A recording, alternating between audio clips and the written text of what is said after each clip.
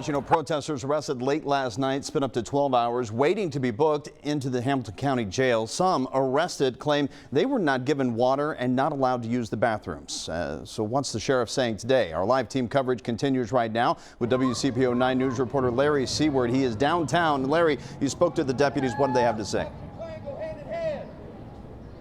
I did, Craig. Behind me, the crowd we've been walking with here for now at least 2 hours. They started at City Hall just a short time ago where they were chanting at police officers. This crowd stretches 2.5 blocks. It started with around 200 people just before 1 o'clock, though, and around that same time, some 12 hours after that mass arrest you were talking about in Over the Rhine last night, Hamilton County Sheriff deputies finished booking about 300 people arrested by Cincinnati police last night. Those sheriff deputies shared this photo with us.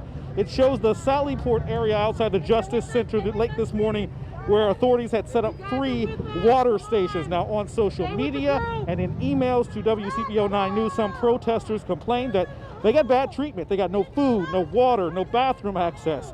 Deputies say none of it is true. They say they served breakfast and say at least 20 Cincinnati police officers were with those arrested per procedure, and officers are not allowed to drop people off and leave them. As for the time it took people to get through the booking process, that 12 hours, the Justice Center usually handles about 50 arrests max at one time. This was 6 times that. Many of those books had no priors, which took extra time too. You got to remember, during the booking procedure, we're dealing with a coronavirus response plan. All these people have to be screened. Their temperature has to be taken. We have to ask the questions. They've been exposed. All this takes time because everything has to be documented. Well, sheriff deputies took heat for hoisting a thin blue line flag outside the Justice Center Saturday morning.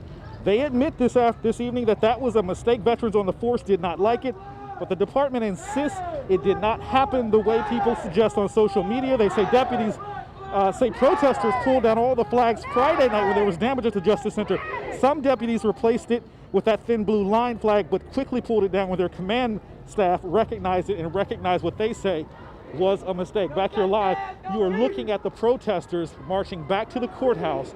Again, this started really about 15 minutes before 1 o'clock this afternoon. This group has steadily been growing, and they've circled downtown from the courthouse, the Justice Center, City Hall, and back.